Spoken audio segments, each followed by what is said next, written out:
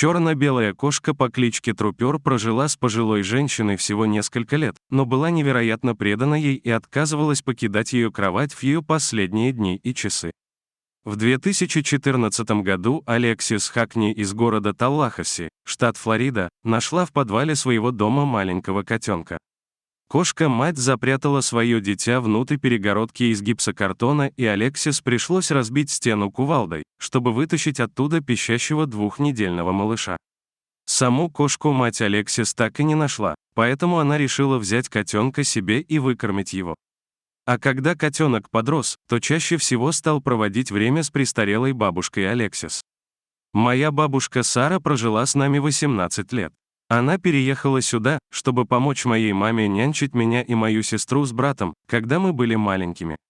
А потом она так и осталась и была настоящей главой нашей семьи, рассказывает Алексис. Когда Трупер была котенком, бабушка Сара помогала кормить ее молоком из бутылочки, и Трупер уже тогда тесно привязалась именно к ней. По словам Алексис, Трупер из тех кошек, которые раз и навсегда выбирают лишь одного человека, которого считают своим хозяином. Для Трупер им стала бабушка Сара. Бабушке было уже за 90 лет, но она старалась держаться бодрой. Однако в прошлом году на Рождество она сильно ослабела и почти перестала ходить. Вскоре стало ясно, что она уже не поправится. Уже тогда мы заметили, что Трупер почти все время проводит на ее кровати или сидит на кресле рядом с ней. А потом Алексис и другие стали замечать, что кошка начала приносить бабушке разные подарки. В основном это были мелкие вещи вроде детских игрушек или свернутых носков. Кошка таскала их из разных комнат и приносила в комнату бабушки. Чем реже моя бабушка могла ходить, тем чаще Трупер таскала ей подарки. Можно было часто увидеть, как кошка заходит в комнату моего брата, хватает в зубы его носки и уносит в комнату бабушки Сары. Там в ее комнате она клала их на пол возле кровати. По словам Алексис, бабушка Сара видела это и понимала все, и это до слез ее трогало. Иногда у бабушки начинался приступ паники, и тогда только Трупер могла ее успокоить. Она сразу же лезла к ней под руки, и бабушка начинала ее гладить и успокаивалась. Потом бабушка стала часто не понимать, где она находится, и в этом состоянии она могла сильно сжать кошку или даже ударить ее.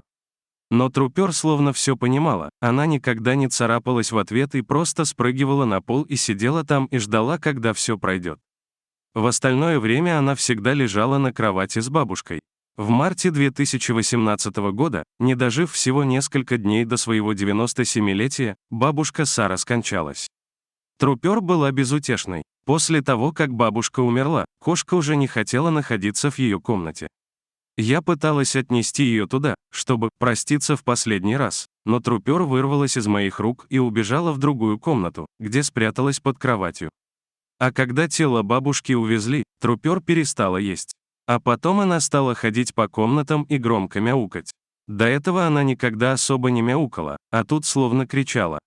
Сейчас, спустя несколько месяцев, Трупер ведет себя уже спокойнее. Однако она все еще таскает разные мелкие вещи, в основном носки, и приносит их в комнату бабушки Сары. Можно сказать, что она смирилась с ее уходом и приняла это. После того, как недавно Алексис Хакни разместила эту историю на Facebook в большой группе Cool Cats Group, эта история широко разошлась по сети. Кошки часто несправедливо имеют репутацию тех, кто привязывается не к людям, а к месту. Но история Трупер и ее отношения с покойной бабушкой Сарой нечто совершенно особенное. Конечно же, кошки не так эмоциональны, как собаки, но они тоже все понимают и тоже могут любить.